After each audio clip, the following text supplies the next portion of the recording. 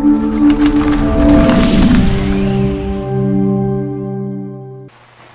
I'm Wray Schelin, Proshaper in Charlton, Massachusetts, and this is one of my favorite tools. This is a slapper. I made this years ago, and my grandfather's restoration shop specialized in J. Duesenbergs, and I just grabbed a piece of spring somewhere along the line and I had it, and it was absolutely the perfect thickness for making a really nice balanced slapper. So I made this a long time ago, and it's one of my prized possessions. And you can use more than one type too. You can have one with more curve in it, narrower, and but this one is almost like a universal one. So a lot of people will want to get a nice slapper like that, and this is typically slapper material. Various used car springs just like that. This is a little thicker. This one's a little thinner. This spring happened just to be about 3/16 thick, which was ideal, and it had a little bit of curve to it. So I'm going to show the process of how to make that slapper. So I've done a bunch of them out of this stuff, the raw spring material, and oftentimes it's really pitted and rusted, and you got to grind like crazy to get all that rust out. I got a nice piece of walnut here that I'll split in half, and that'll become a really nice fancy handle. So I'm a collector of just about a lot of things, and one of them is these chairs. I've got a bad back and all that, so I like to sit in a chair when I work. So I pick these chairs up on the side of the road for free or at a flea market for really small dollars, and I got probably 20 of them in the shop. And this one here had a broken wheel on it. I had extra wheels, but because I have so many chairs, I says, well, I'm going to throw it out.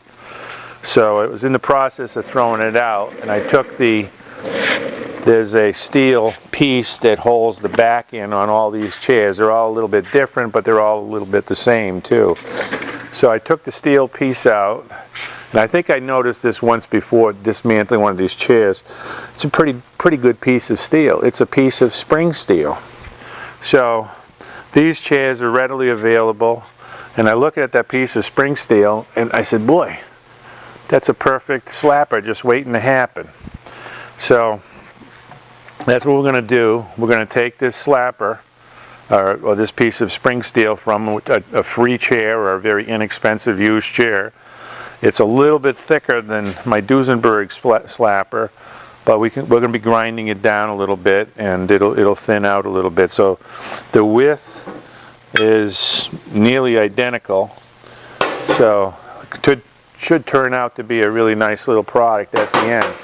And I was about to throw the chair out, the remnant of the chair, and then I said, wow, look at that, it's got these handles on it, and I have weak knees. My knees are a little worn out, so this is a nice push-off to get out of the chair. So another benefit, we had made these a couple of years ago. These are really low, and they're sometimes hard for me to get out of. So this has now become my favorite roll-around chair when I'm working on one of the cars in the shop here. So the next step is we're going to take this with a acetylene cutting torch, and we're going to heat it up, and we'll bend it, and then we'll cut it away to put the handle. We have to cut a tang on it. We'll bend it into shape, and then we'll do all the processes of grinding and everything, and we'll end up with a really nice finished slapper.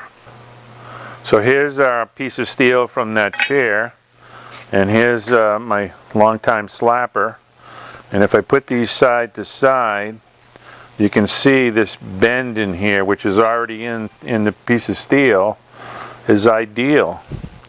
So to make it almost identical to this slapper, I'll utilize that bend.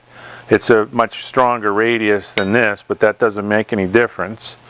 And I've got plenty of material here, so this can be marked and cut off here with the torch.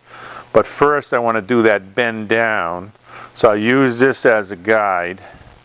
And I'm going to heat this up right here, put that side by side, and there is my spot right here. I'm going to heat up, And I'm going to bend that down.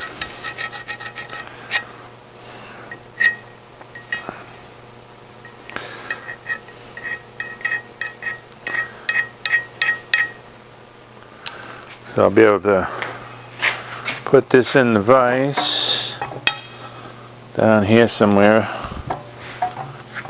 I got some masking tape on this vise. Looks like it's going to burn off. And I'll heat that up, and then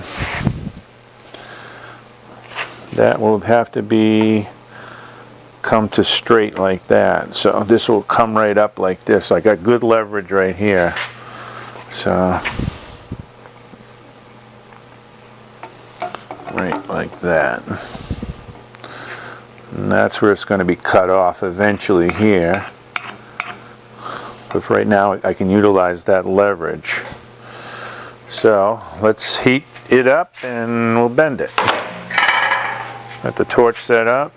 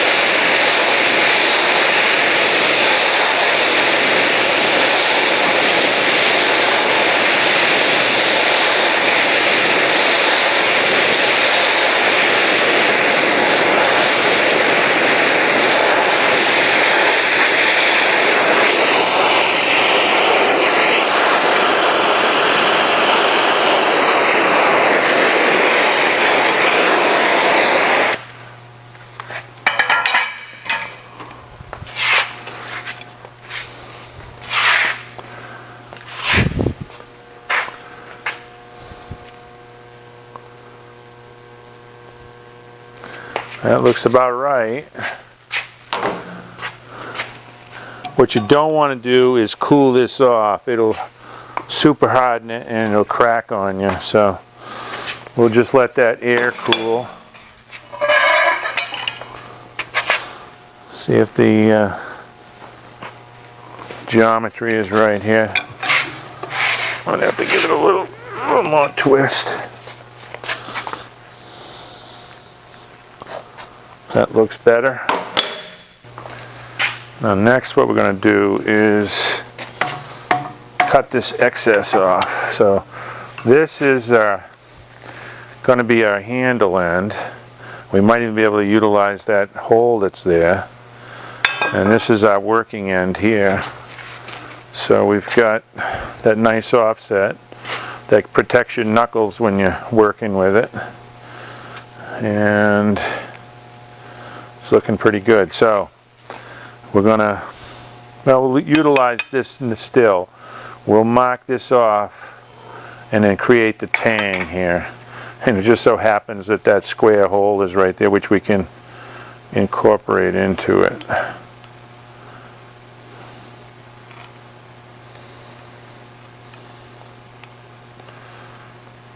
I'll make it a little bit longer.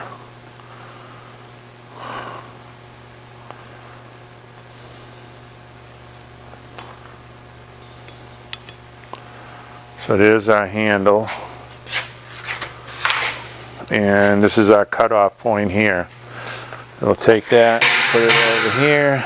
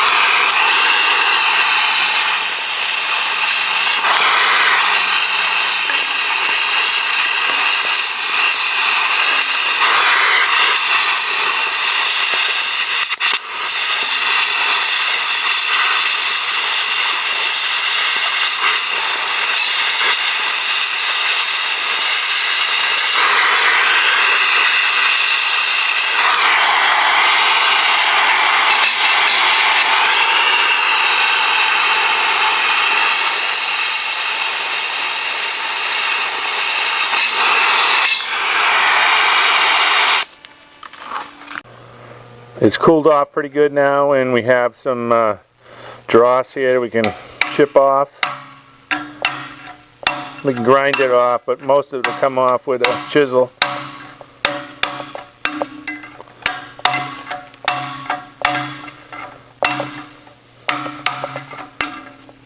Get over this way.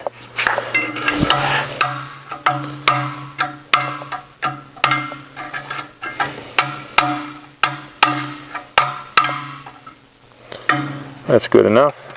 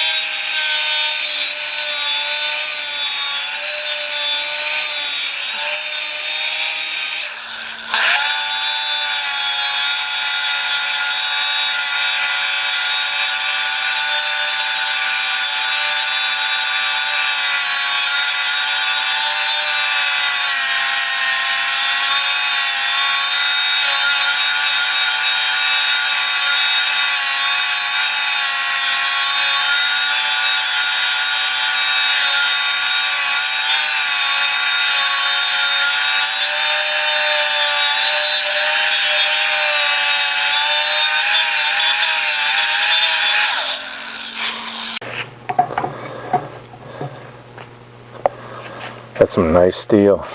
You can tell by grinding it.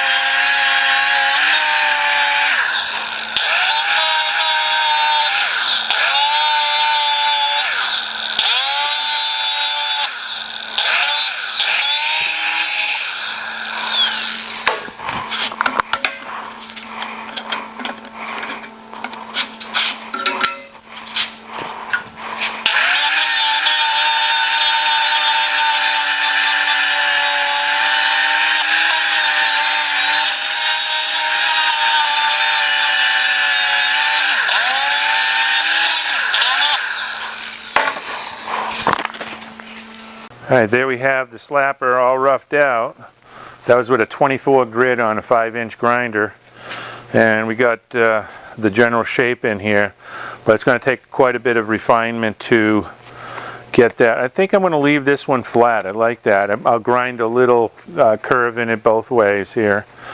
So it'll have a little convex face to it. I'll kill all these edges except for here. I want these edges to be nice and square. And I'll have a nice walnut handle. I got to drill one more hole here, and we'll put some screws in through here, and that'll hold the handle on. What we'll do is we'll put the walnut handle much larger, and then we'll grind it all into a nice ergonomic,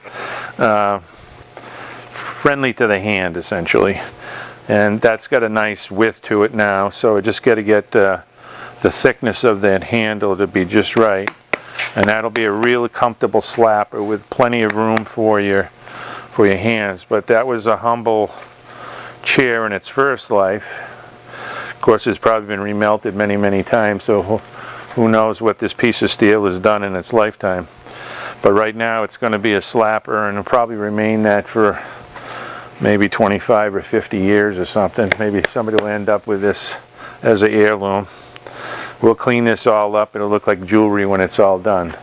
So that's the end of part 1. Next week, Mark and I will film part 2 with all the detail work, showing you how to polish this all up and shape that working face nice and putting that walnut handle. We can put a check patent on it so you can really grab it good.